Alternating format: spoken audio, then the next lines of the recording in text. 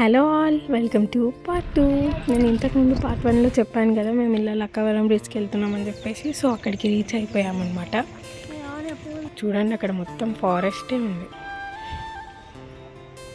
అక్కడ అలా రోప్ పైన ఇంత ఏజ్డ్ పర్సన్స్ వెళ్ళారంటే వాళ్ళ వాటర్లో వెళ్తుంటే మాకైతే ఫుల్ భయం అయింది. ఇంకా మేము కూడా టికెట్ తీసుకొని ఇంకా లోపలికి వెళ్ళిపోయామన్నమాట.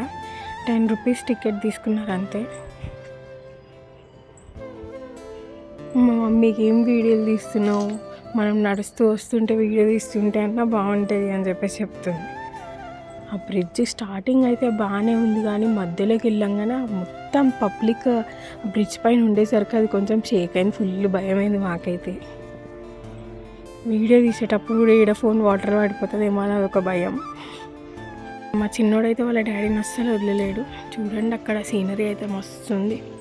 ఇక్కడైతే చాలా ప్రీ వెడ్డింగ్ షూట్స్ అవుతాయి అన్నమాట. అంతే, ఇక్కడ బ్రిడ్జ్ తప్ప ఏం లేదు. ఇంకా పిక్స్ అయితే మ్యాండేటరీ కదా, మంచిగా ఫొటోస్ దిగేసినాం మేమైతే.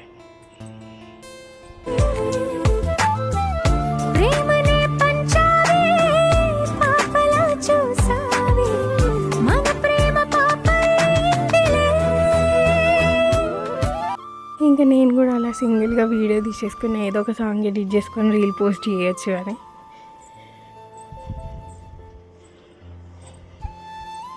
మా ఆయన చూడండి, వాక్ చేయమంటే ఎలా వాక్ చేస్తున్నాడు.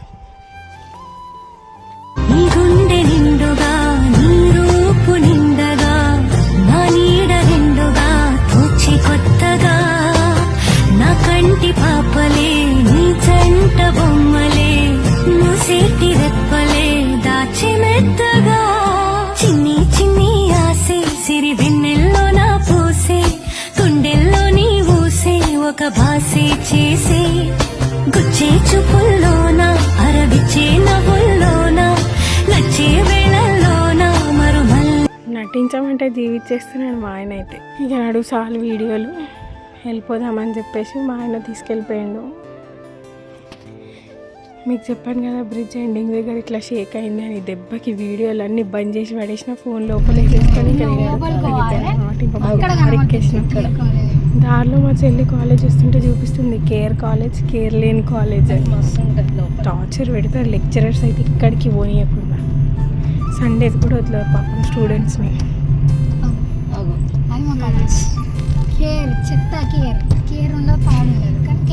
ఇంకా నెక్స్ట్ భద్రకాళి టెంపుల్కి వెళ్దాం.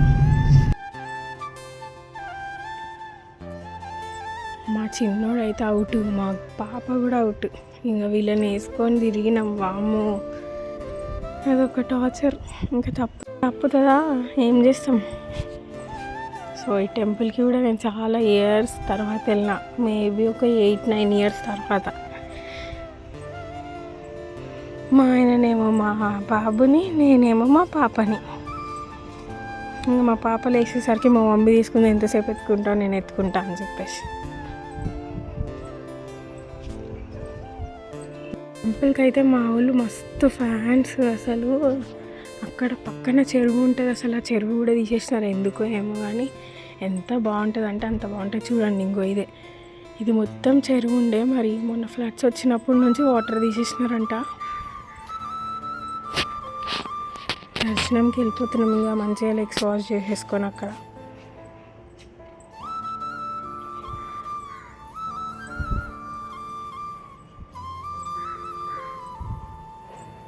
మా పాప చూడండి ఎట్లా సలుగుతుందో. ఇదేమో వినాయకుడిది టెంపుల్. వెళ్ళగానే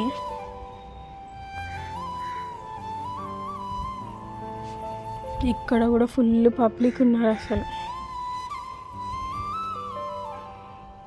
ఇంకా చలో భద్రకాళి అమ్మవారిని దర్శనం చేసేసుకుందాం. ఇక్కడైతే వీడియో నాట్ అలౌడ్ అంట. దొంగతనంగా అయితే ఒక ఫోటో తీసిన అమ్మవారిని.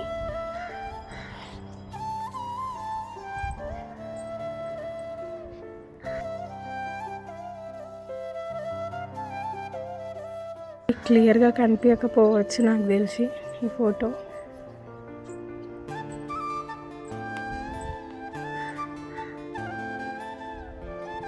ఇంకా మా చెల్లికి హాస్టల్లో దింపడానికి వెళ్ళిపోయామన్నమాట. ఫస్ట్ టైం ఈ 6 ఇయర్స్లో నేను వాళ్ళ హాస్టల్కి వెళ్ళడం. అంటే వదిలేసి వచ్చే రోజు అయితే వెళ్ళాము, అప్పుడు వేరే హాస్టల్, ఇప్పుడు వేరే హాస్టల్ అనమాట. ఇంకా మా పిల్లలు, నేను, మా మమ్మీ అందరం కలిసి పోయినాం అనమాట ఆమె రూమ్ చూడడానికి. ఎంతైనా హాస్టలే కదండి. పాపం ఎట్లుంటుందో ఏమో, అక్కడ ఒక ఫుడ్ చక్కగా ఉండదు, ఏం చక్కగా ఉండదు. తను లేచేలోపే టిఫిన్ అయిపోతుంది.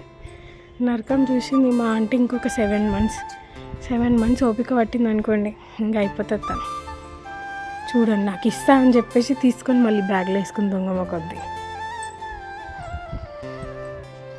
ఇక లగేజ్ ఇస్తుంది అనమాట, తీసుకెళ్ళి మన మమ్మీని ఇంటికి. మా మమ్మీ బాగా ఎమోషనల్ అయిపోయింది, మా చెల్లిని వదిలి రాలేక. ఇంకా మా చెల్లికి బాగా చెప్పేసి మేము స్టార్ట్ అయిపోయినాం హైదరాబాద్కి.